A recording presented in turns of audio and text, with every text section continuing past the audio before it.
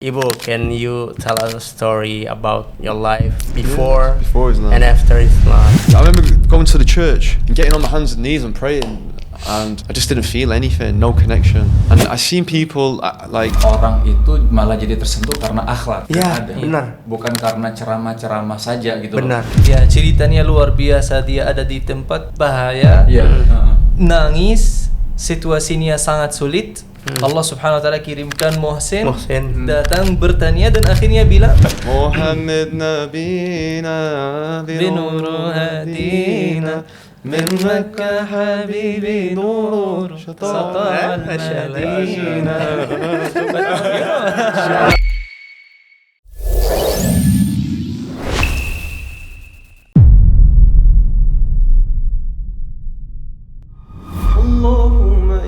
أسألك الجنة الفردوس أصلح أحوال المسلمين في فلسطين اللهم أصلح أحوال المسلمين في فلسطين.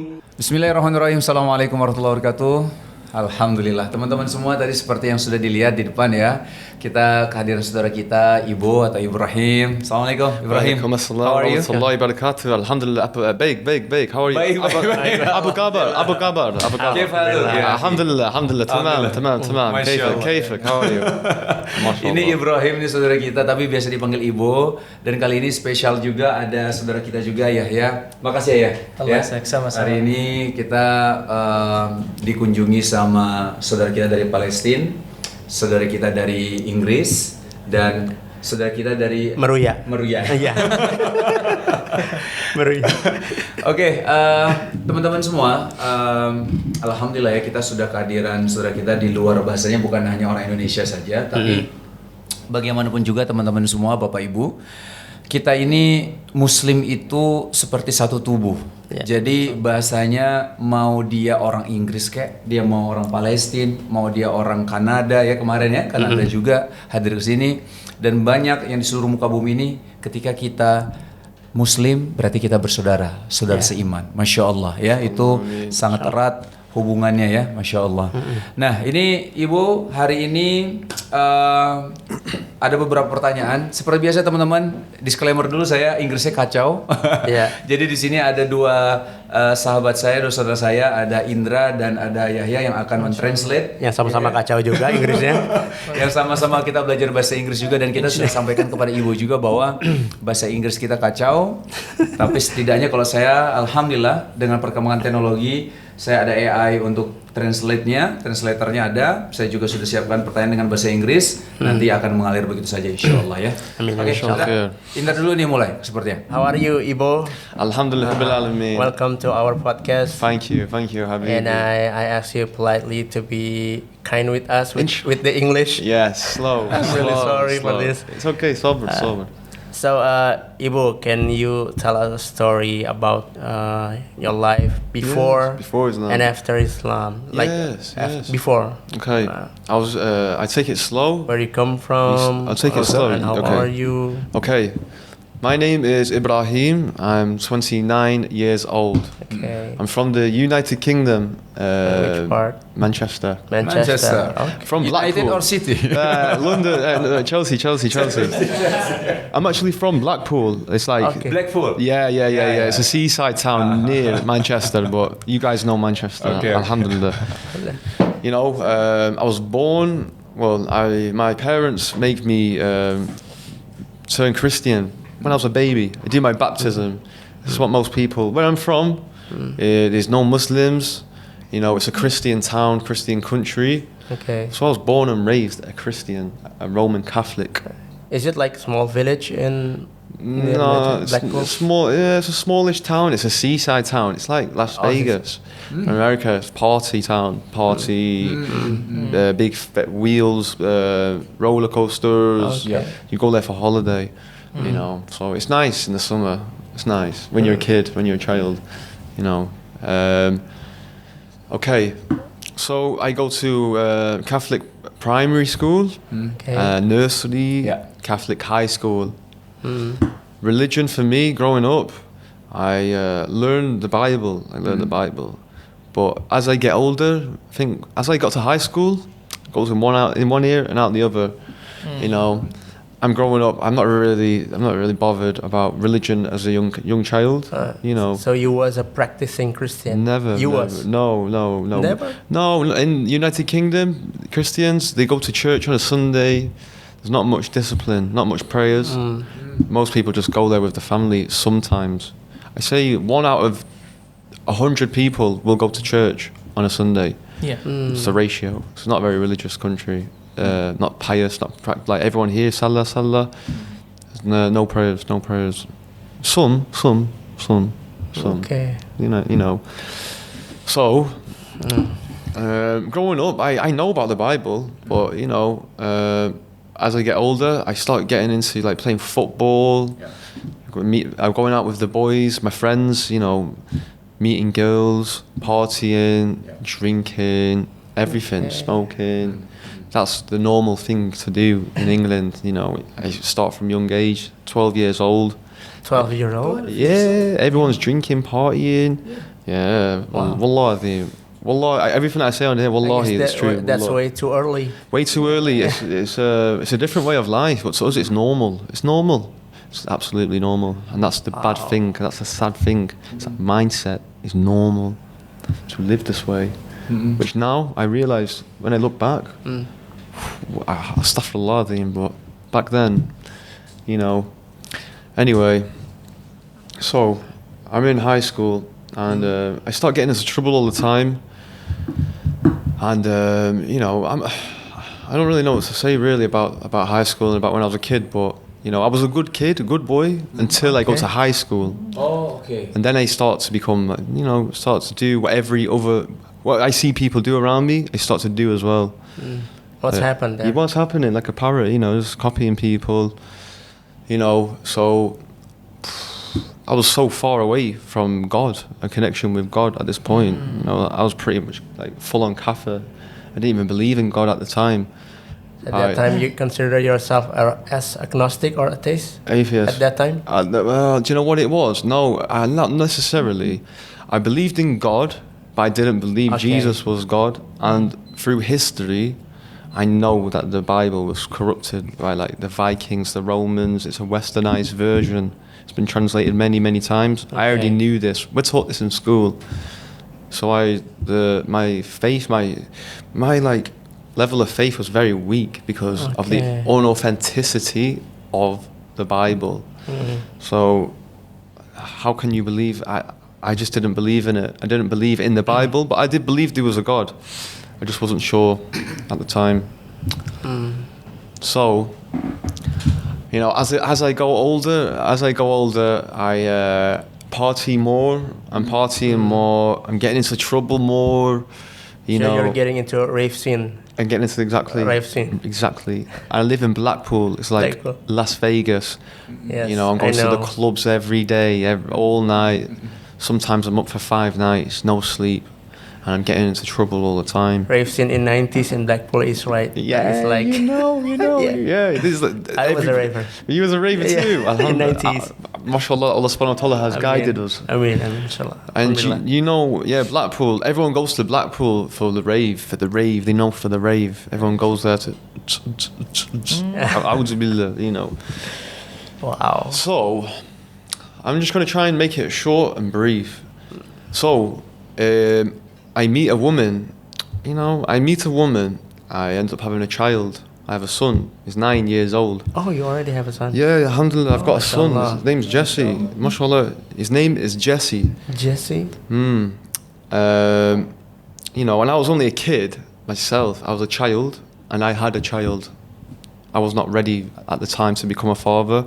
I'm very grateful. What age is it? I think I was 19. 19?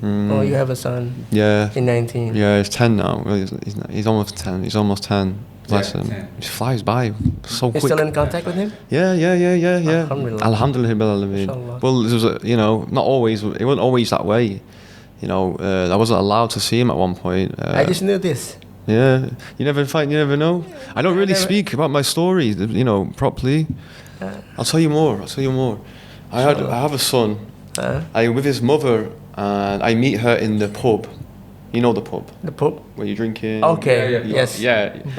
A pub. Yeah. Yeah. I meet her in the pub, and you know, when I see her, I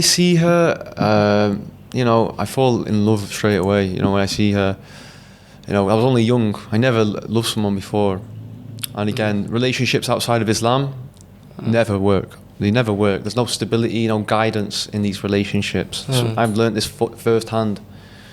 And you know, this relationship was breaking down. She was drinking all the time. I was drinking too. You know, it wasn't a healthy relationship, but we cared about each other. I'm just trying to tell you how I found Islam. So, okay. So my dad passed away. My father, he's my best friend. I live with my father. And when is that? He passed away 2018. 2018. Yeah, so he died he died of a brain hemorrhage. You know, he was my best friend. Wallahi, he's like, you know, I don't like to reenact it, but he's like had a brain hemorrhage. He's like half of his face like this. Okay. And the ambulance had to come, inject him with like morphine, make him pass out, and that was it. That was the end of him.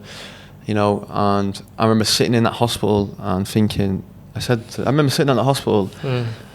And I always used to go to the hospital with my father. He had diabetes. You know, he'd be vomiting black liquid. He'd never really look after himself. He was drinking too. He'd go to the pub. He's a good man. You know, it's normal. Like I say, may Allah guide them. May Allah guide us all. It's normal. And I remember the nurse. He like comes to me in the room. And I think he's okay. I don't know what happened. You know, I think he just had a stroke. He's okay. And the nurse came up to me, said, I don't know how to tell you this. My mother died of the same thing. And as soon as he said this... The nurse said that to you? Yeah. As soon as he said this, I was like, oh, no. I said, what are you talking about? She said, he's had a brain hemorrhage with mass effect. Like, there's blood all over in his skull. It's like exploded. You know, his brain's exploded. You know, and I remember that night, like, you know, I was questioning a God, like, why you doing, why me, you know, so he took this away from me, you know, and I remember staying there all night in the hospital with him in the bed until he didn't actually die. He was still alive under, you know, he was still alive under the machine, you know, life support. He was under life support. I stayed in the bed with him, you know, cuddle him for the last time. Masyaallah. 12 hours later, he flatlined. And just as he flatlined, my sister come in the door, and then he flatlined. So my sister travelled to come see him in the hospital, and as soon as she come, he died. So I feel like he waited for my sister. Mashallah. So my dad's dead now at this time. You really have a close relationship with So your dad. close, it broke me. I didn't have no taqwa. I was not God-fearing, no faith. Like, I was very lost. At this time, I didn't care about anything, and it was very dangerous. I didn't care about anything. You know, and I ended up going worse and worse, getting into trouble. I have 5 sisters, 2 brothers, and we'll talk about them later. But basically, like, when my dad passed away, I actually grew a strong hatred towards everybody and everything. I hated life. I didn't even want to be in this world anymore. You know, for my life has always been bad. You know, and it's just I never had it. Blaming yourself. I was blaming myself, and you know, and also I think I was I don't know, maybe I was doubting God at the time. And anyway. So, in the back of my mind, I want to learn more about religion, but I'm not ready at this point yet. You know, I have many brothers and sisters, and it was very worried for me. I went off the rails. Like I went off the rails. I didn't care for anything anymore. I got very depressed, and the longer time went on, the more bad my mentality was getting. I started like hanging around with the wrong people, and you know, and the drugs were getting worse and worse and worse and worse and worse. What type of drugs are you using? I'm not really using them at the time. I'm not really using them. I'm around them all the time. Like, all my friends, They are big bags of drugs, cocaine, cannabis, everything is normal. At a young age, that's how they make money. In Blackpool, not many opportunities. Everyone's got a big box of marijuana. Wow. Everyone's got a big box of cannabis, cocaine, big box of ketamine. And that's how... Legal? Huh? Legal? Legal or Illegal. illegal? Yeah, illegal. Because in Dutch, Belanda. No, in England but it's normal. It's like Dutch. Like people don't care about the law, and the punishment. It's not very severe enough. You know, people go to jail. They get half the time out, and they actually like it in jail. You're with all your friends, and it's not that bad. And they're with all the friends, and you know, you actually go to jail, and it's like going to a criminal university. You come out even worse. So it's not good. It's not good. It's what happens in jail that changes people. People who experience bad things, they're sick and tired of being sick and tired. They seek a better way of life. So for me, let me just say like this, okay, where was we up to? What happened when after your dad died? Yeah, so I was going downhill. It become worse. Yeah, so I became worse at this time, and you know, okay, so my dad passed away, the house got took off me, I had no home, I lived with my dad, and I ended up being £20,000 in debt. The government take my house off me, kicked me out on the streets, bro. I had nowhere to live. I remember... That's in 2018? 2018, you know, and at this time, I remember sleeping in my bedroom. I had a bedroom and a family, and they take it away from me. My dad died. I remember sleeping in the back garden of I was locked out of my own house, freezing, bro. In the winter, it's cold in the north. It's cold. Yeah, not nice times, man. Alhamdulillah for everything though, because big lessons made me who I am today. And how's your mother? She's okay. She's okay. She's all right. Yeah, she's still. My mum's still alive. She's a beautiful woman. I love her. At this time, I was not right in the head at the time because I was always getting into trouble, and so my mum, like my mother, she tried to like be there for me, and I just couldn't be good. I just couldn't be good. Like I didn't have that guidance routine. And I kept upsetting my family. They kept worrying about me. You know, they kept thinking about. So like my mum, you know, my mum was so worried about me. I was always getting into trouble with the police. You know, her cars. So my mum picked me up. The last time I see my mum before Islam, my mum picked me up in the car. The police mark her car as a drug dealer's car and start following her. And then she starts crying, and she called me and she say, Joe, she's like, you know, I got to drop me off somewhere. She said, where did you go? Where did you go to? The police have rung up. They say, oh, they tell my mum they know what I'm doing. This is when I was very young. Like, Billah, it's in the past now. That's where it's going to stay. And they mark her car, and she starts crying and saying like, you've put my car in there. They keep stopping me. And I said, Mum, you know, at this point I felt really, really bad. Like I didn't care about anything until my family started getting involved and started like hurting my family through my actions. And she started to cry and say like, why, you know, what's happened to you? What's happened? What changed you? What changed you? What changed you? You know, and when my mum rang me, crying, you know, that it was bad. That was a bad moment. That was a bad moment for me. And I started to think, maybe, you know, I should seek a better way of life. But it wasn't good enough. It wasn't good enough.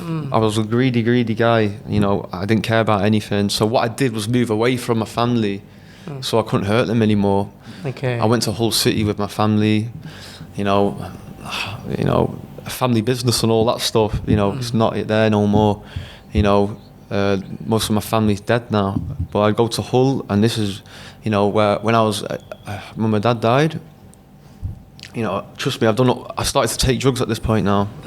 I'm in Hull, and you know, instead of going to the clubs now, I'm going to like, you know, worse drugs. Becoming worse. Yeah, becoming worse, like the darkest of the dark times. Billah. You know. And your mother knows about that. Yeah. About that moment you become worse. Yeah. So I was not taking worse drugs, but I was messing around with the people whose the drugs were getting How worse. she react? Yeah, she was upset. She was upset because the police would always call her and they would always tell her what I was like. Oh, The police would always like, oh, where is he? They always look for me, always looking for me. She loved you so much. Yeah, she loved me. And there was another time, my sister, so she just turned 18. It was kind of, so the way I started to look for Islam and religion, what saved me was actually my family's love for me and not letting me go, you know, never giving up on me. My sister, she had a boyfriend. His name was, I'm not going to say his name, obviously. I'm not going to say his name, sorry. I need to be careful what I say, but okay, my sister, she had a boyfriend.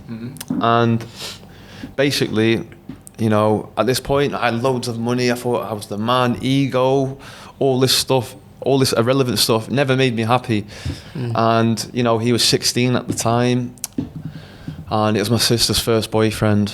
And this was one of the things what make me search for religion. And she's my little baby sister. I love her. In my head, I think I'm doing like good thing. I bring her boyfriend to me. Get him work for me. And he was a young boy. What kind of job that day? Oh, he was messing around with bad things. And you know, and I was like, you want to make some money? You can look after my sister. You know, we'll make money together. And he was a good boy. He was a good boy. And you know, and I'd take him under my wing at the time. And now I influence people to do good. Masyaallah, tabarakallah. Back then, I was the opposite. I influenced thousands of people. I was very popular where I'm from, where I live, in Blackpool, for the wrong reasons. And for the wrong reason. Yeah. And I influenced them to do bad things. You know, everybody. I was a bad influence. I was a casualty to myself and everybody around me and my family. And you know, and this boy, I teach him everything. I teach him things at 16-year-old to make money that took me 10 years to figure out. I give him the key to the city, everything, and I like give him everything. And the relationship did not last long. He started to get ego. He started buying gold, jewelry, money. Wallahi, the devil, shaitan, pure shaitan, and it changed him from a good boy to who he is now. Become evil. He's become evil, and I blame myself for that. Yeah, I do. My mum rang me. She goes, "What have you done?" I said, "What, Mum?" She went, "What have you done with your sister Isabel, his boyfriend? He's left her. She hates you." I go, "Why?" So this would have never happened if you didn't not done what you've done. You know, like, you know, I should have been a good influence to him, and you know, I thought, I don't know. It was her first boyfriend as well, and I ruined that. I ruined that for her. She proper loved him. And I turned him into a scumbag, wallahi. He was a proper, astaghfirullah, honestly, I'm not proud of it, you know. And she mad at you because of that, your sister? Yeah, he was a good little boy and he looked up to me, and then, you know, and as the years went on, he's, you know, I ended up like becoming good slowly, and he ended up like going to like I was, but worse. May Allah guide him, may Allah guide us all, may Allah guide us all. So, my mum, my sister, they don't want to speak to me. I've lost contact with them. Like, I'm on my own now. My brothers, my cousins. I'm in Hull City at this time. And this is the turning point where I started to look for religion.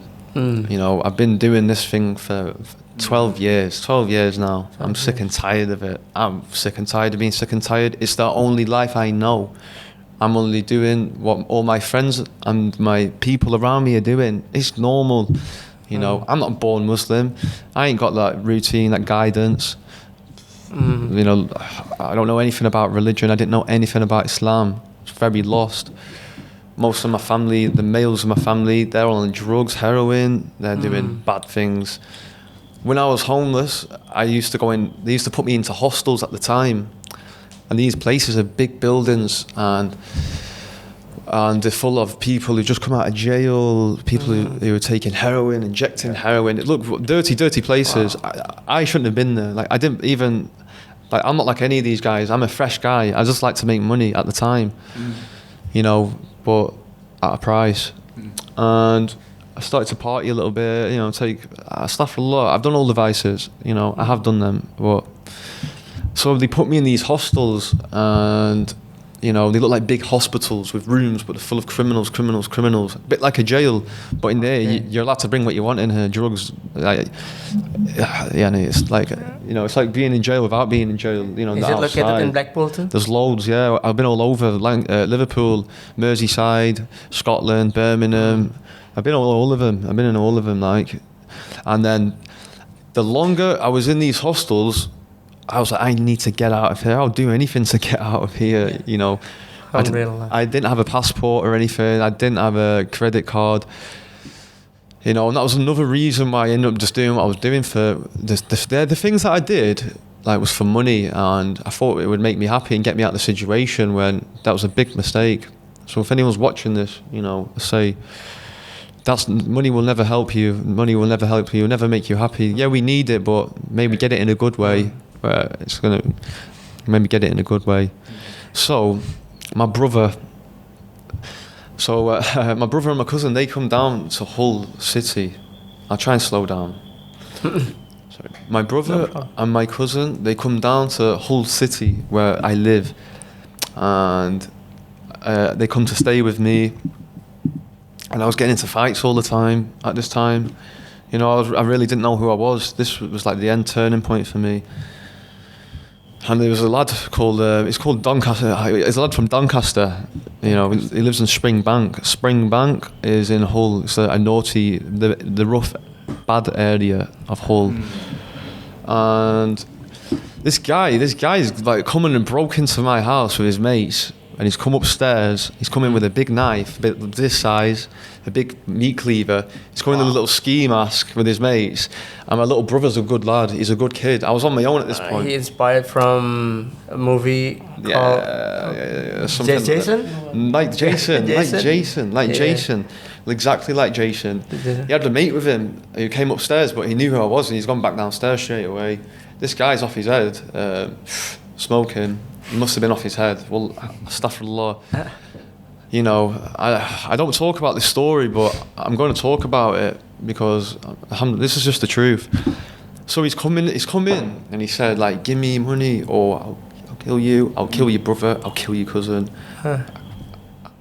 Give him my money straight away. I said, you must need it. So this is the first time this has happened.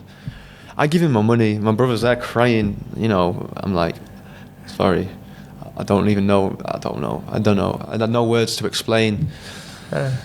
I'm a cousin. I had no words to explain, like, what happened. Yeah, my brother, he's a good boy. He reverted to Islam as well. Masyaallah. But back then, he didn't want to speak to me now as well. I know I was getting into trouble all the time, and I put him in danger. I put my brother in danger and my cousin.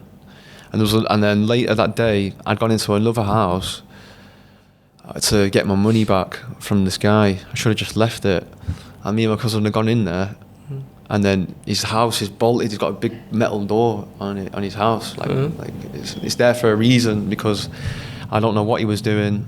And I've gone into his house, and he's actually outside the house, around the corner down this alley, and he's come and locked me in the house. And he's got a metal gate at the back of the back doors, a metal barricaded door. And he's rang me up saying he's going to shoot me and he's going to shoot my cousin. A very well prepared house for locking inside. It's a lock-it, safe house. He's locked me in there. And he's like saying he's going to get this gun, he's going to come shoot me. And my cousin's there, and I'm like, oh no.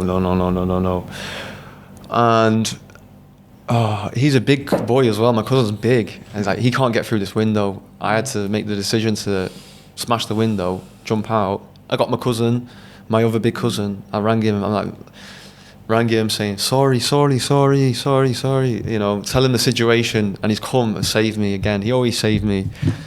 And he's come and got us out of this house. I had to leave my cousin in that house. And he was just thinking, again, I'll put my family in danger.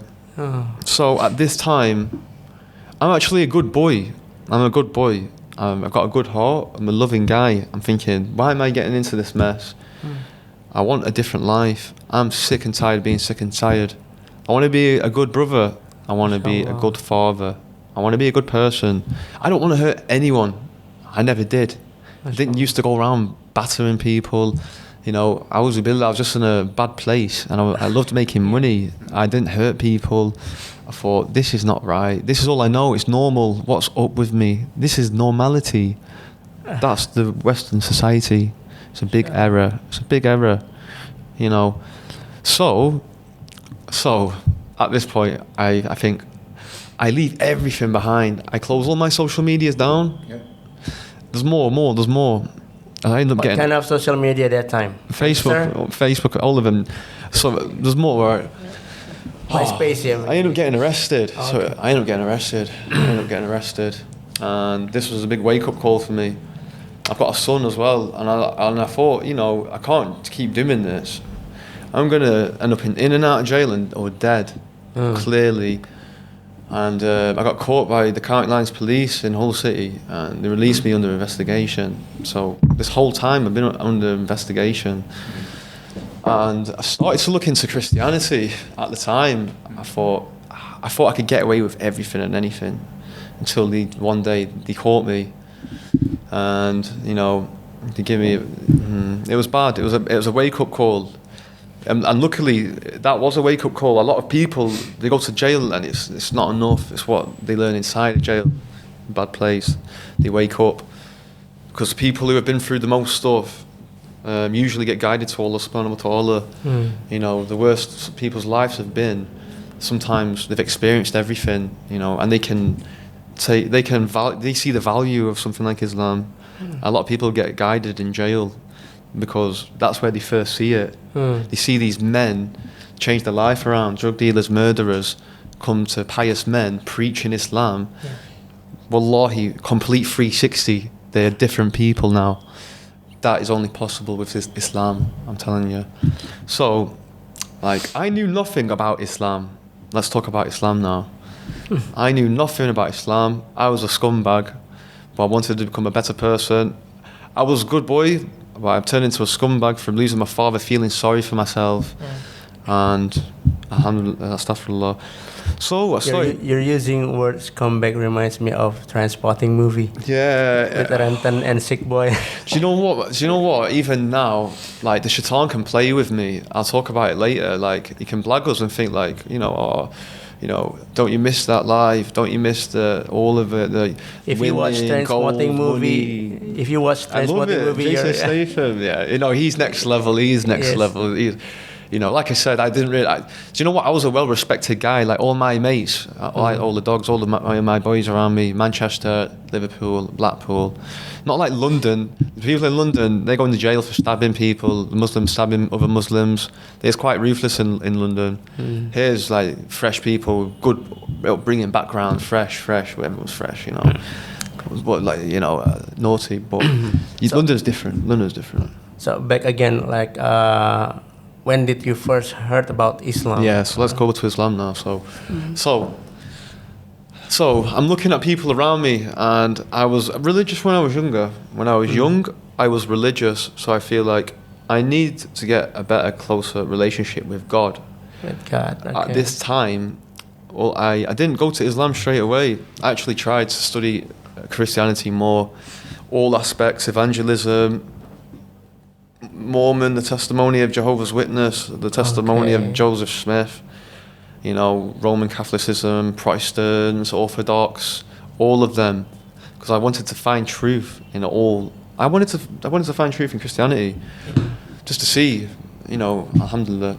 And I went to the church. I remember going to the church and getting on my hands and knees and praying, and I just didn't feel anything, no connection. And I seen people like. I know that faith is the most powerful thing. People without faith become lost, drinking, indulging in vices, you know, and it's not good. So I tried to learn as much as I can about Christianity. There were so many contradictions in the Bible, you know, and inaccurate changed translations. And it was actually me searching for Christianity. I started to learn about Islam through like dawah. Christian and versus Islam debates. Yeah. So I was watching Ali Dawah a lot. Oh, Ali Dawah, yeah. Muhammad Hijab. Yeah, I know. Hijab. Yeah, Ali Dawah's a revert as well. Like he was like Oh, me really? before. Ali Dawah is he was a like revert? me before. Same in the clubs. Muhammad Hijab from Egypt. I know. Yeah. But he's British. Ali Egyptian, Dawah. British, yeah. Ali Dawah's Kurdish, but he lived in London all his life. Oh. Yeah, most of his life. May Allah I bless didn't know him. he's a revert too. Yeah, he was like me in the clubs and everything. Same thing. I'm okay. telling you, same. Mashallah, I'm telling you. mashallah. Alhamdulillah. Okay. So you learn just about Islam or another religion also? And I learned, do you know what? I was learning about Christianity. I'm not bothered about any other religions, like Hindu. I never believed in that. Like, may Allah guide us all. And I respect all religions. But I believe in God. You know, I started to research about like the Torah a little bit. And I don't know anything about Islam at this point. I think that the Muslims believe in a different God. Who is Allah? I don't know who he is at the time. I don't know that they believe in the same prophets. You know, apart from Muhammad sallallahu alaihi wasallam. I didn't know, and all these questions that I had, I watched Ali Dawah and Muhammad Hijab, and everything they were saying makes sense to me. I thought, I believe that. Even as a Christian, I believe the same. I believe in one God. I want to be a better person. I believe that there's one God, that he's the creator. At the time, I didn't know about the Prophet Muhammad, peace and blessings be upon him. So it was through searching about Christianity, I was introduced into Islam. And I ended up after that happened with my cousin, like, that was it for me. I vowed I'm never going to get into trouble again. I'm not going to get into trouble again. I don't want that life. I've had that life since I was a young boy. I'm done with it. A lot of people only get into it at later life. I've done it since I was a kid. Like, I don't want to do it anymore. I want a better life. I want to get married one day. I want to have like a nice family, you know, and functioning family nice. I want to be a good person. I want to have a business. You know, surely we can change our lives, inshallah, if we try. So, alhamdulillah, you know, it's possible. Wallahi, it's possible. Look at me, alhamdulillah, through the grace of Allah subhanahu wa ta'ala. It's very possible, very possible. I only wish that I reverted 10 years earlier, but alhamdulillah. So, when I was watching Dawah, I was very, very, very interested in Islam and the beliefs. And, okay, so my uncle's a Muslim, my auntie married Muslim, Kurd. Kurdistan. Yeah, many of the Kurdish actually came, and during the Iraqi war, they came here as immigrants. Your uncle. Yeah, his Uncle Nazam. I love him, Nazam. Mashallah. And all my little cousins are Kurdish, but it's the test of the West. A lot of people from the Arab or Persia, they come to England, they fall off their deen straight away, start smoking drugs, start making money, haram. Because, you know, people, it's hard. And it's true. We call it the test of the West. It happens to many foreigners. Like, they come to the UK thinking, better life. Next time they're not praying. Next time they're going out, meeting girls, partying. Because they've never had this. Never had this. You know, so may Allah subhanahu wa ta'ala keep us all on the straight path. So even though I had a Muslim uncle, he never taught me anything, you know, and I asked him once to take me to the masjid. He said, no, he didn't take me. I asked him how to teach me to pray. He didn't teach me. He gave me a Quran. He said, learn yourself. Okay. And this was my auntie's Quran. And what year is that? This was 2019.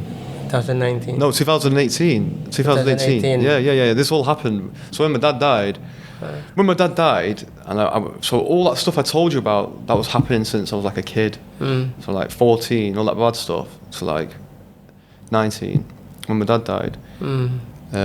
Just to put the timeline straight, when my dad died, I think it was that year I went to Hull, and that happened with my cousin and my brother. So, sorry, I know it's confusing.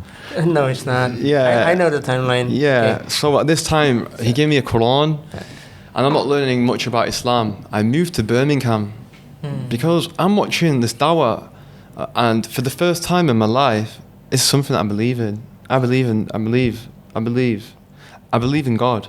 I believe there's a God. I believe in this revelation.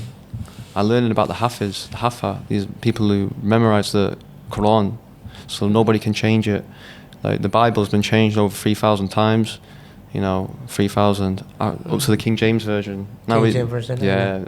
Astaghfirullah Azim, and Astaghfirullah Azim, and there's clear evidence and proof of this, where the Quran, so I do believe that the books were true, but they've been changed by man. That's why Allah subhanahu wa ta'ala, He sent the Muslim.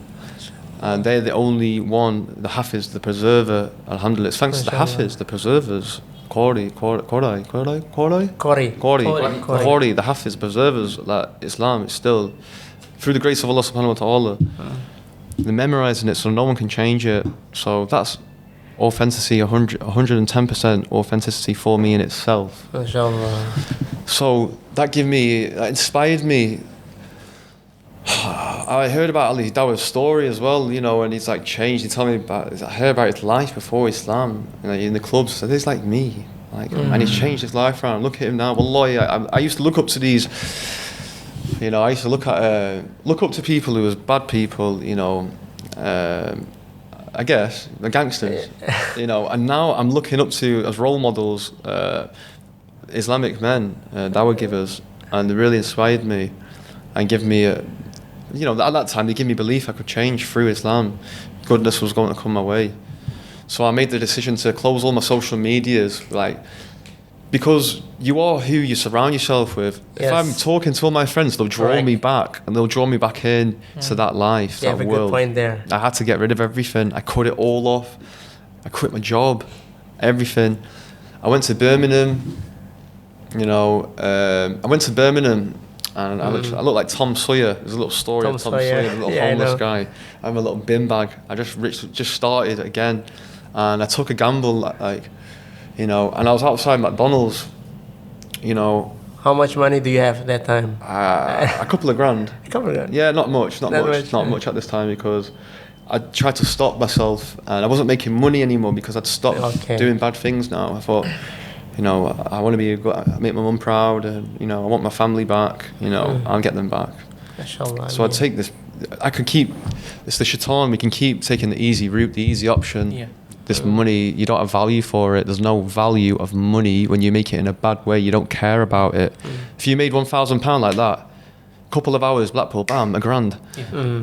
You don't care about it because you didn't do anything. I just used to sit there and it would come to me, and I did not value it. I did not value that money. Now I learned when it's hard worked, you know, you spend it wisely, and it's like, yeah, I earned that. I've earned that. And that's beautiful. But I had £2,000 left. I had like a bin bag of clothes, and I just got out of a train station, literally Birmingham New Street. All right, and you know, I've sat outside McDonald's, and this Muslim's come up to me straight away. It was at night time, all the hotels was closed. I didn't even have a phone. I didn't know where I was, and I was actually pretty sad. I was actually reflecting back on my life and the past 5 years, what I'd been doing. I was very ashamed of myself. I thought, if my father was alive, how disappointed he would be of me. And my mum was disappointed. All my family, disappoint. All I've ever done was disappoint people. And it hurts. It hurt me. It hurt me enough to change me. You're blaming yourself a lot, I guess. It was my fault. It was 100% my fault. And it was my fault. You know, I used to blame other people. It was always his fault. It was always his fault. It was never my fault. And then I was actually admitting it was my fault at this time. I started crying, man. Like, in front of McDonald's in Birmingham, in front of everybody, and people was walking past, and I just couldn't stop crying. I couldn't stop crying. What age is that? Crying. I'm 20 at this time. I think I'm 21 at this time. I'm crying like a baby. Wow. You know, literally crying. Literally crying, my eyes out, bawling, and people are coming up to me going, "You're right," and like, "Go away," you know. Really? Yeah. Like I just didn't, like, I couldn't control it. Control it. And do you know what? I was always trying to be tough. Like, my dad died, and I was just missed him, and thinking, like, if I could see myself as Joseph 10 years ago, and what would he say to me? He'd be crying. He'd be disgusted. What have I done to myself? Tattoos all over my face. You know, I've damaged my body, man. Inside. You know, may Allah subhanahu wa ta'ala heal me slowly. Inside, you know, because drugs do damage. Alhamdulillah, I mean. And then some Muslim come up to me. So a Muslim came up to me, a Muslim man. His name was Mohsin, and he's Mohsin. I'm still learning. Okay, his name's Mohsin, and so in Birmingham, is English Pakistani, and Indian. You know, Pakistan. Hanafi, Pakistan. Yeah. They're spreading the deen. Like the people, the brothers in the United Kingdom, are passionate about dawah. Same in Indonesia. Wallahi, same. Alhamdulillah. But obviously in the Arab world, everyone's already Muslim. You know, we can try and like. There's still big dawah people in Arab, but I mean, they go there to try and revert atheists. You know, they all go in there. So they're very passionate. I met a guy called Mohsin. He was also a dawah guy, like infamous but famous in Birmingham. Oh yeah. Yeah, yeah. He's got his own like Islamic charities and. He's helped so many people. Like, yeah, may Allah bless him. He's very powerful in what he says. The taqwa is strong, bro. The man is strong in him. So okay, he's come up to me. I was crying my eyes out. And he's come up to me. He's like, "What's up, Akhi? What's up?" I didn't even know what Akhi meant at the time. I didn't. I know. I like, go away. What's up, Akhi? Yeah. And I go, just go away. I'm all right. Go away, please. Just get away from me. And he goes, Oh, you rejected him? Yeah, I rejected him. I rejected him because I was ashamed. I was crying, you know, and I liked to just. And he was like, brother, come on, you don't belong here. He was like, why are you sitting down the streets, bro? It's dangerous here at Birmingham on the night. It ain't like where you're from. You could tell by my voice. He went, where are you from? I went, Blackpool. He went, come on. He said, you'll end up getting shanked out here. Let me just get stabbed. Birmingham's very, very rough. Like, Oh, he said that? No, it is. He's warning you about that? Yeah, no, it is. I used to live there. Like, it's worse. Birmingham, London, on the streets at night, just crazy homeless people. From Africa and they're on drugs. In the daytime it's all right, but night time it's no safe. So he said to me, it's always about drugs in the UK, but it's a dangerous place. But he said to me, you know, life is not over. You know, the best is yet to come. You're only a young boy. You're still a young man. He said, come with me. I just trust him. I don't know why, but he said, come with me. I have a house. You can stay in it for nothing. He's offering you that? Yeah, he said, look, you can get on your feet again and we can get you ready. I tell him about my dad and what happened, my story. He said, you can come stay with me. I've got a house near my house with his wife. He let me stay there. Wallahi, there was a guy upstairs from Pakistan. He speak Urdu. But it was nice. And I said, why are you helping me? He goes, it's for Allah. I remember at this time, I didn't know what it meant at the time, but I said, okay, and it sparked more interest. I knew who Allah was, but I never heard someone say it like that. Like, I'm doing it for Allah. I didn't think these type of people existed. Everyone who I met, even my friends, only bother if they're getting something to benefit. People, you know. If I was doing bad, I didn't ever have a friend who would come and console me and, you know, make sure I'm okay, just for the genuineness at the bottom of their heart. Never had that. Never had that. Before you continue the story with Mohsin, can I discuss this with Wisnu and Yahya? We pause. Ini poinnya bagus banget ya. Artinya ketika di Birmingham, Mohsin menemukan seseorang di pinggir jalan gitu kan, tidak kenal juga, ya tidak kenal gitu, dan sedang menangis, he's crying gitu, and Muslim come up to him, datang ke dia dan menanyakan ada apa gitu. Bertanya ada apa aja itu zaman sekarang sulit loh. Iya betul. Iya nggak? Kita tuh berempati. Nggak mau bertanya karena takut keterusan bertanggung jawab gitu. Misalnya kita di tengah jalan di pinggir jalan ketemu ada orang menangis. Kita tuh mau sekedar bertanya, kenapa, ada apa gitu. Itu tuh takut sekarang tuh. Karena takutnya ceritanya apa, terpanjang terus gitu. Malas orang dengar. Jadi ini nilai yang bisa kita ambil nih, Masyaallah ya, Mohsin ini ya. Ketika menemukan dia menangis, crying gitu kan, dia justru bertanya ada apa gitu. Ini akhlak Muslim yang harus kita hidupkan lagi ya. Betul. Dan ini juga jadi poin juga ketika kita melihat orang itu malah jadi tersentuh karena akhlak. Iya, benar. Bukan karena ceramah-ceramah saja gitu. Benar. Karena kita kan ini disampaikan banyak guru-guru kita juga kan, ketika kita hanya memberikan, lo nggak boleh kayak gini, lo harus kayak gini gitu, atau apalah bahasa gitu ya. Malah itu kan nggak kena ya. Tapi ketika langsung sentuhannya tuh langsung ke hati gitu ya. Ada apa? Itu kan ada apa aja, kayak kadang-kadang kita kan, ya Allah, ada yang ini sama gue nih. Ada yang masih baik bertanya kepada care sama kita. gue nih gitu kan. Iya. Itu kan Padahal walaupun mungkin bertanya ada apa, dia nggak bisa memberikan solusi. Betul. Tapi ketika kita sedang dalam masalah, terus ada yang bertanya, kamu kenapa gitu Itu loh. meringankan. Itu meringankan banget loh. Betul. Satu lagi, Allah Subhanahu wa taala tidak membiarkan manusia. Ya, ceritanya luar biasa, dia ada di tempat bahaya. Nangis, situasinya sangat sulit. Allah Subhanahu wa taala kirimkan Muhsin datang bertanya dan akhirnya bilang karena Allah. Masyaallah. Masyaallah. Orang tidak kenal langsung dia bilang karena Allah. Iya. Itu sebenarnya ceritanya luar biasa. Dari awal saya tidak mau potong kata beliau. Saya benar-benar mau dengar lagi ya, karena ceritanya luar biasa banget seperti itu. Makanya ini saya potong karena ada poin penting yang perlu kita hidupkan lagi sih, kepedulian kepada sesama ini ya gitu loh. Artinya kepedulian Muhsin terhadap sesama manusia ya gitu. Walaupun dia mungkin tahu agamanya beda tapi dengan dia bertanya begitu, itu kan akhirnya melembutkan hati. Dan itu poin juga, Andra. Artinya seorang Muslim itu dia tidak memandang ini bukan agama Islam, gue nggak usah tolong nggak kayak gitu. Kita kan nolong siapapun kita tolong gitu ya. Jadi nggak mungkin ada orang celaka kita tanya dulu agamanya apa nggak kayak gitu. Tapi dalam Islam tuh memang kan nolong gitu loh. Ya kan? Are you already with tattoo that time when Muhsin everything. See? Tuh. Muhsin tidak melihat bahwa fisiknya dan segala macam. He's with tattoo. I don't want to help him. Orang tidak kenal, tidak ini langsung dibantu. Semua badannya bertato. Mungkin stigmanya kan wah negatif bertato, jahat, takut gitu. That's the beauty of Islam. He trusted me, even with he never judged me. Because Al-Hakam, only Allah subhanahu wa ta'ala can Allah judge. never judge. MashaAllah. So in that time you are 21? Yeah, 21. So you learned Islam 3 years maybe? 3 years. Yeah, small.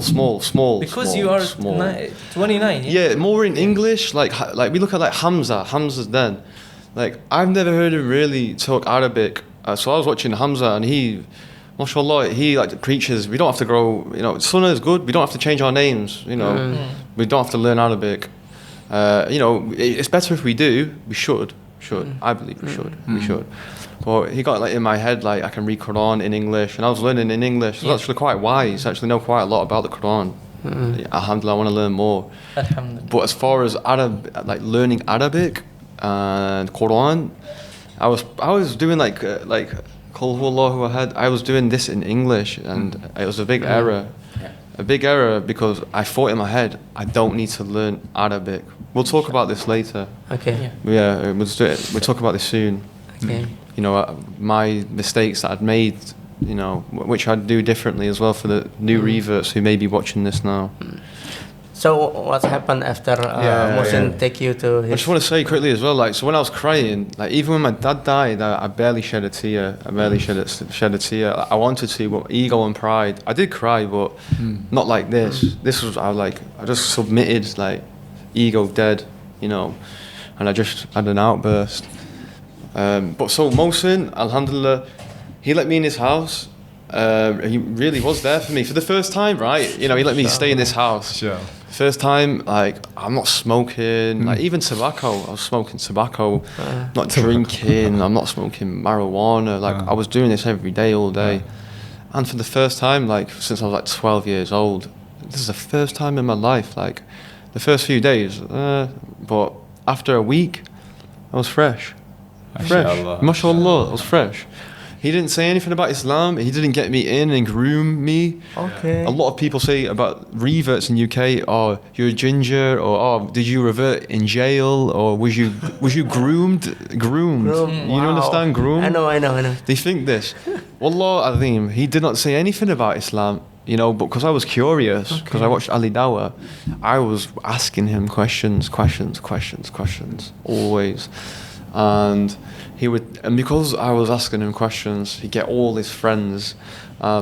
wallahi, all the Muslim brothers treat me like a brother. Even when I was a Christian, they're taking me for food all the time. They don't let me pay for anything. Like I had to force. Wallahi, I go to the haircut. They love me. I love them. I couldn't pay for a haircut. I couldn't pay for anything. I'm like, I'm not used to this. Like, I'm a loyal guy. I value brotherhood more than anything. I never found that in my old life. You know, it was full of rats and snakes until I went to Islam. But not all Muslims are perfect. It's something I learned in Birmingham.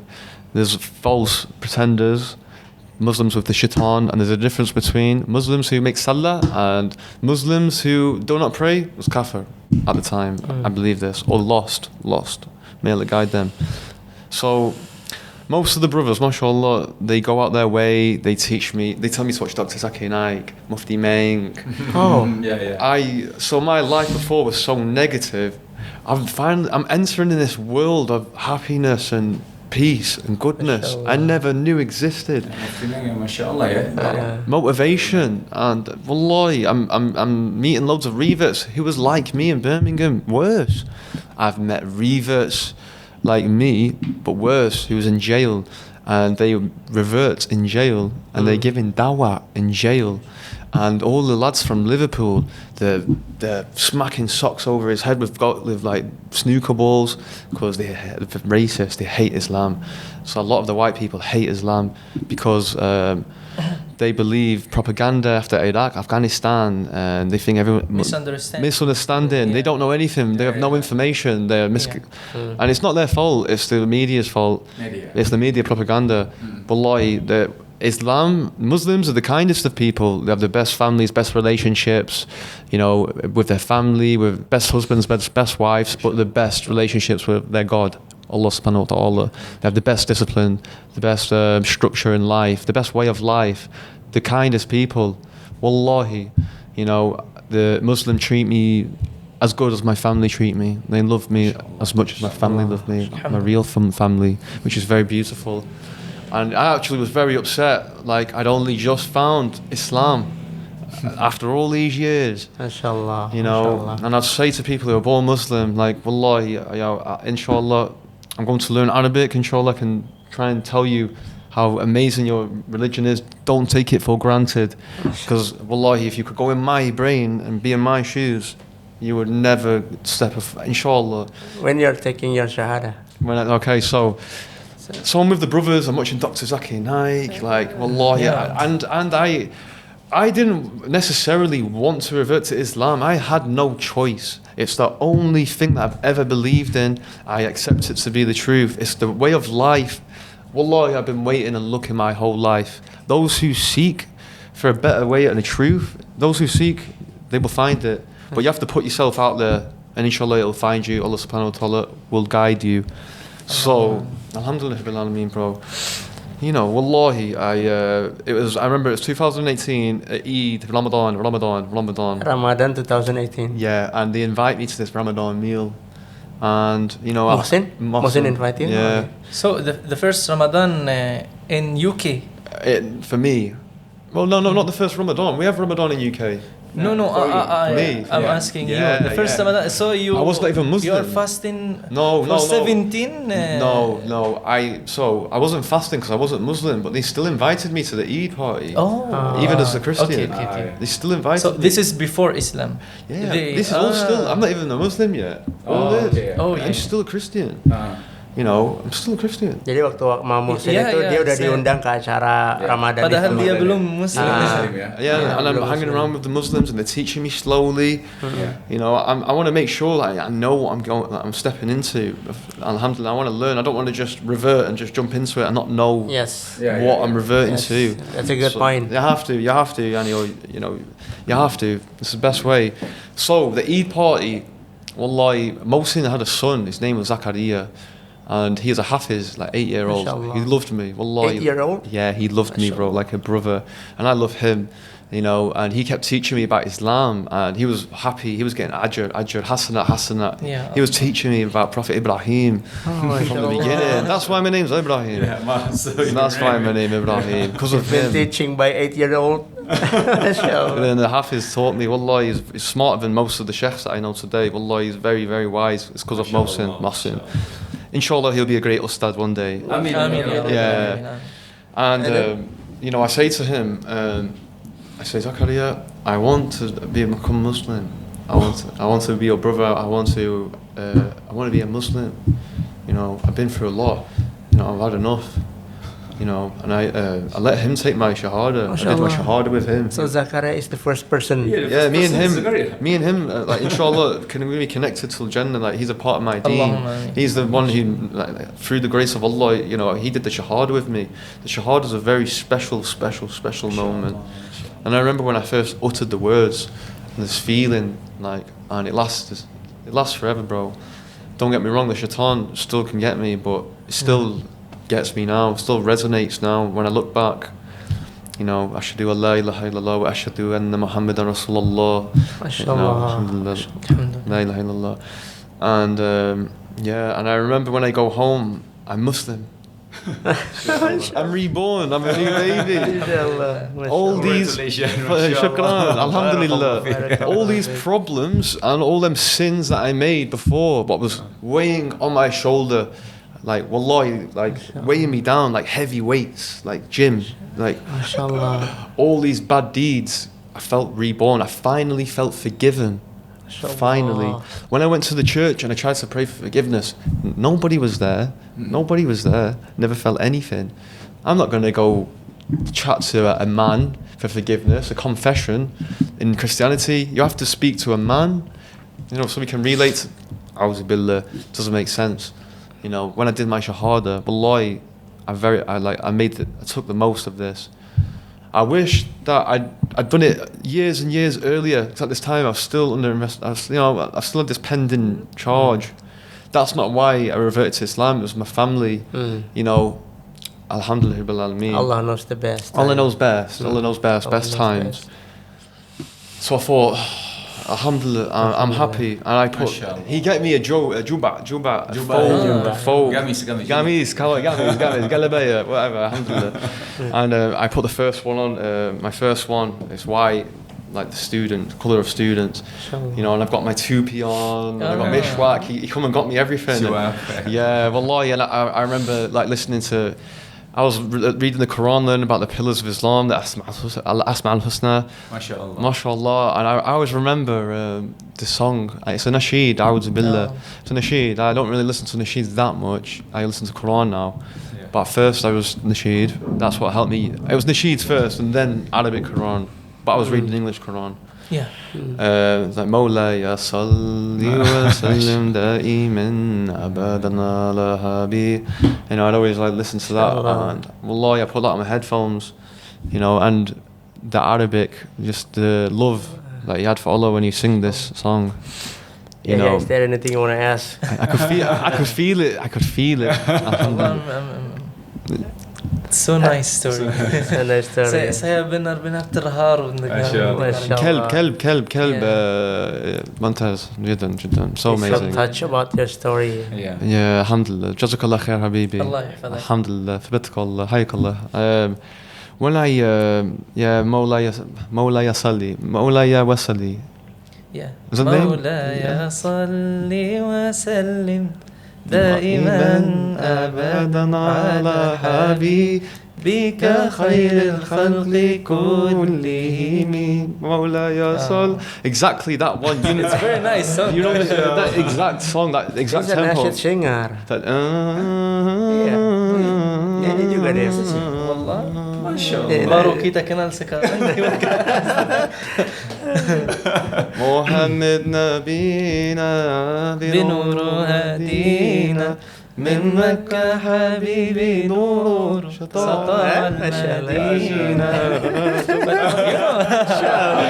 Mashallah. Wallahi, your voice is beautiful. Wallahi. Thank you so much. I'm very blessed. Honestly, wallahi, I say alhamdulillah that, you know, he's put me in front of such beautiful brothers, bro. And Noor. And wallahi, I love you all for the sake of Allah. Thank you so much. And thank you. Alhamdulillah. Alhamdulillah.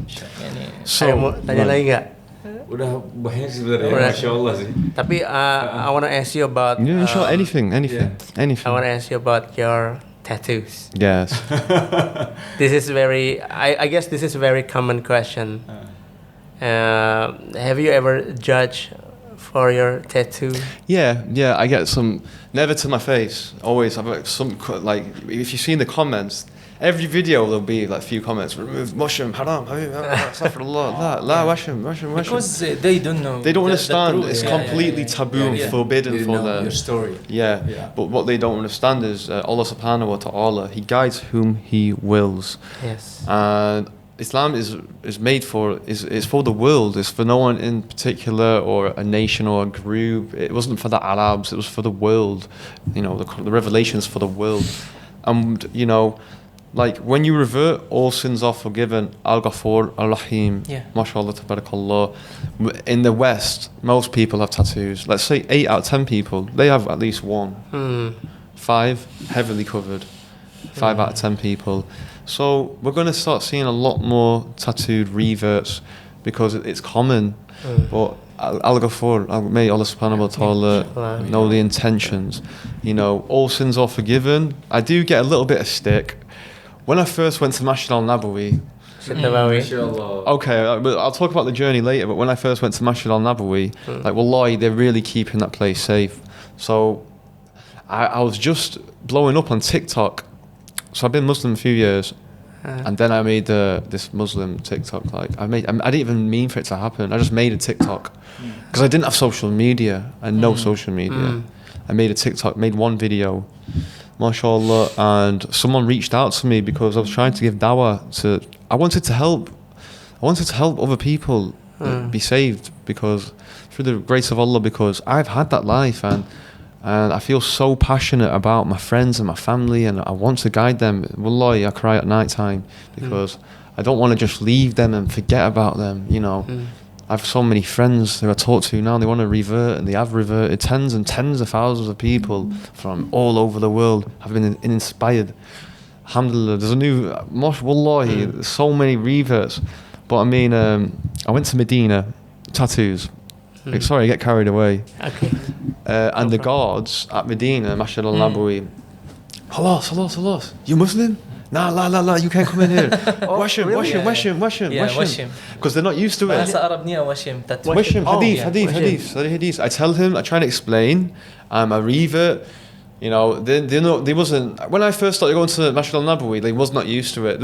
There was maybe a few people who had been Umrah with tattoos. We seen it on social media, but I was the first one with all the tattoos. So they was not expecting this. They couldn't believe it. But the guards had never seen me on TikTok yet. You know, so they didn't let me in at first.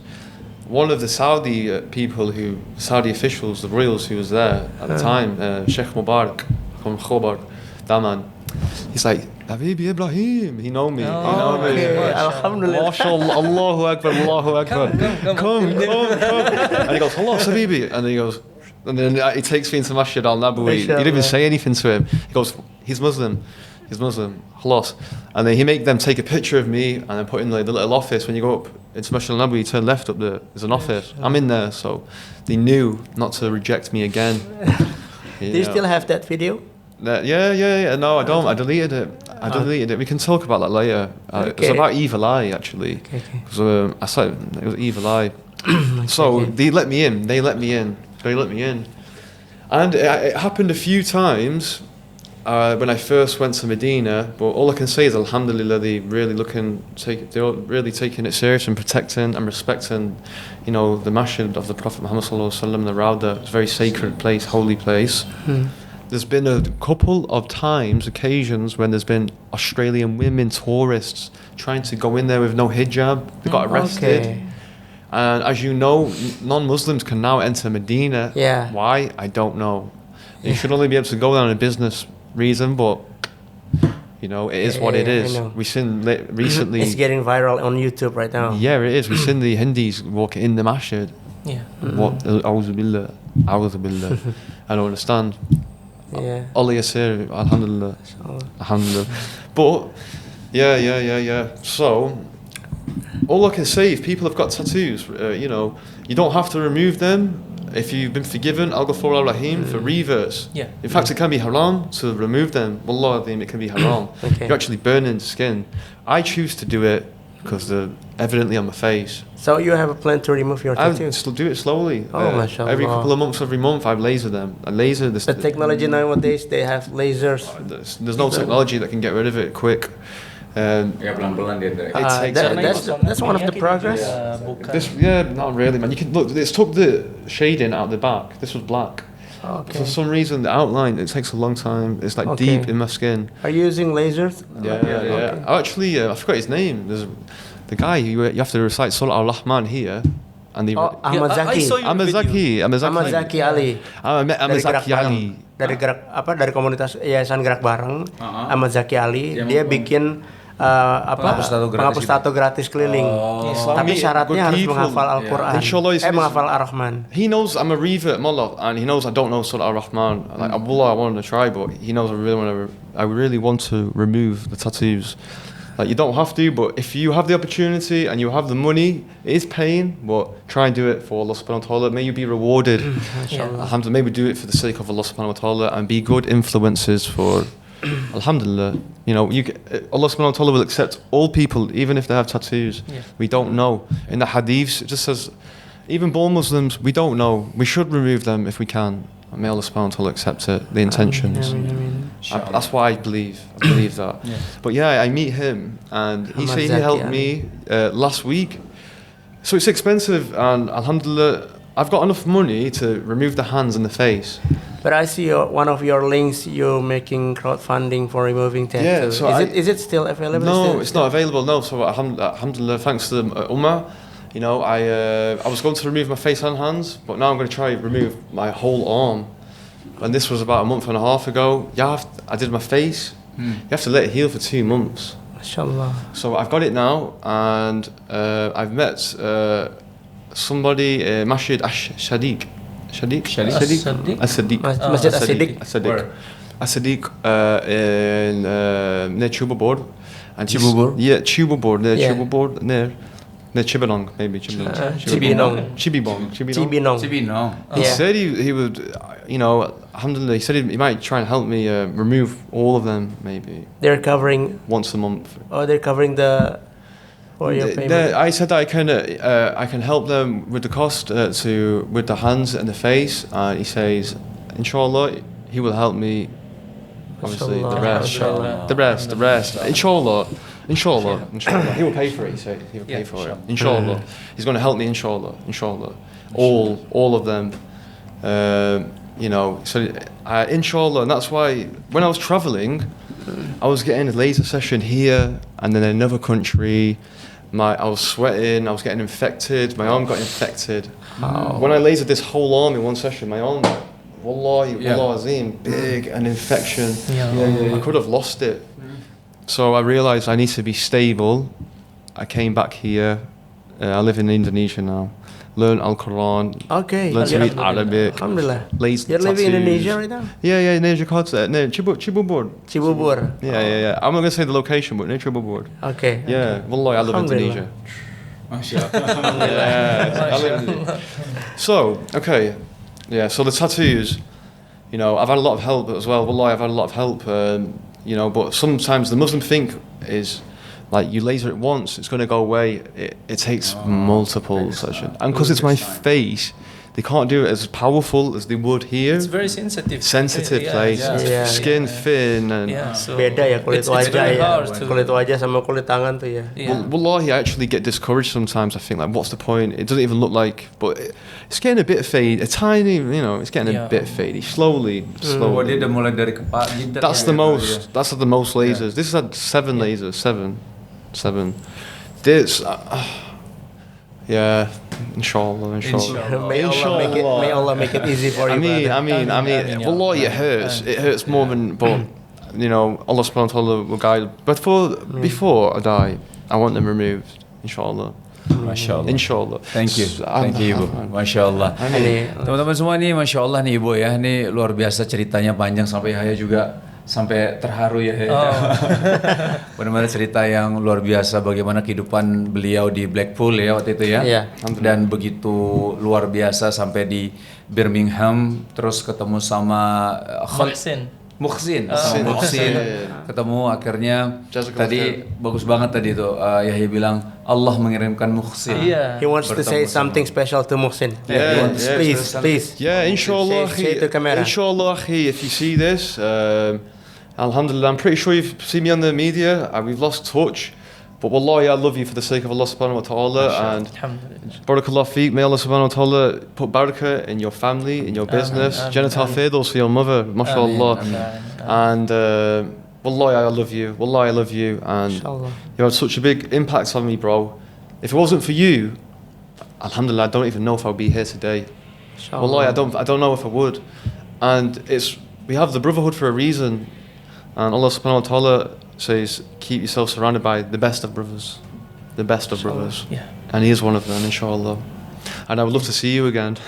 Amen. Inshallah. I've lost contact with him. Yeah. He lives in Green, Hodge Hill, guys, you know, if anyone knows Mohsin from Hodge Hill, message me on Instagram or contact me. Please Inshallah. do so. Inshallah. I think I'll track him down if he sees that. You should. Inshallah. I think you should. Inshallah. Ya semoga ya kalau misalnya kayak pertama kita juga menyampaikan juga Yahya juga punya Instagram baru juga nih. Lupa tadi kita sampaikan tentang Yahya. Jadi Instagram Yahya bisa teman-teman nanti kita juga masukin ya di kolom caption di bawah YouTube. Nanti di Instagram saya juga termasuk juga Ibu nanti saya sampaikan mudah-mudahan sampai ke Muhsin insyaallah ya mudah-mudahan ya. Ini kita pertama Allah yang mampukan kita semua atas izin Allah tapi kita juga tentu berikhtiar semaksimal mungkin untuk bisa menghubungi saudara kita Muhsin ya insyaallah mudah-mudahan. Teman-teman mungkin itu dari kita hari ini alhamdulillah senang banget sama Ibu. Thank you Ibu. Jazakallah khair. Masyaallah. Amin. Sama-sama. Baik. Inshallah guys, I'm going to be doing a lot of content here with Indonesia, like travel and food and culture. I love all the Indonesians and I love Indonesia, so alhamdulillah bil alamin. I hope that How about you enjoy. if someone wants to collaborate with you? That's fine. You can contact me, anyone. We're going to go around Indonesia. Food, religion, and culture. Okay. Inshallah. Anybody. Inshallah. Ya, thank you juga ya. Makasih ya, jazakallah khair. Sama-sama guys. Alhamdulillah. Thank you so much. Dan semoga ini memberikan kita banyak hikmah ya dengan cerita dari Ibu. Luar biasa banget dan Masya Allah apapun yang kita lakukan ingat Allah itu selalu bersama kita ya. Dan insya Allah mudah-mudahan kita bisa berkumpul kembali di surganya Allah. Amin. Barakallahu fikum. Wassalamualaikum warahmatullahi wabarakatuh.